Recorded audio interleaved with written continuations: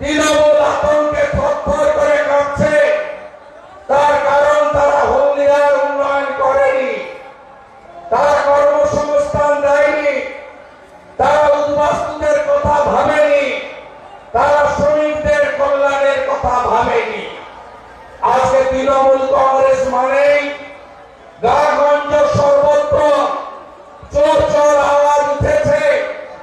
এই চোরেদেরকে তাড়াতে হবে এবং নরেন্দ্র মোদীজির নেতৃত্বে আমরা যেভাবে ছত্তিশগড়, মধ্যপ্রদেশ, রাজস্থানে বিপুল জয় পেয়েছি, আগামী দিনে পশ্চিমবঙ্গে এই ভ্রষ্টাচারী ভাই ভাতিজা রাজনীতি, সীমাহীন তোষণবাজ মমতা ব্যানার্জির হাত থেকে, তার অত্যাচারী ভাইপোর হাত থেকে এই পশ্চিমবঙ্গকে রক্ষা করতে হবে।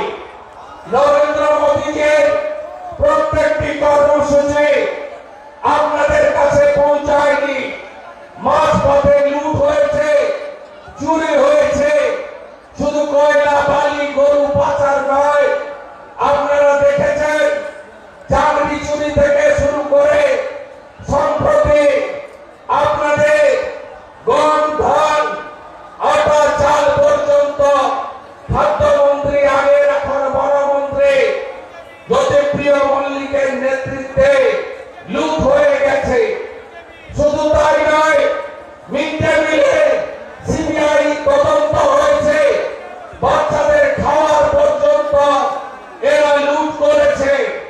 আজকে তাম্রলিপ্ত জাতীয় সরকারের যিনি প্রতিষ্ঠাতা সর্বাধিনায়ক সতীশ সামন্তর জন্মদিনে আসুন আমরা সবাই মিলে শপথ নিই, এই মেদিনীপুর লড়তে জানে, এই মেদিনীপুর গড়তে জানে, এই মেদিনীপুর ব্রিটিশের বিরুদ্ধে লড়েছে আর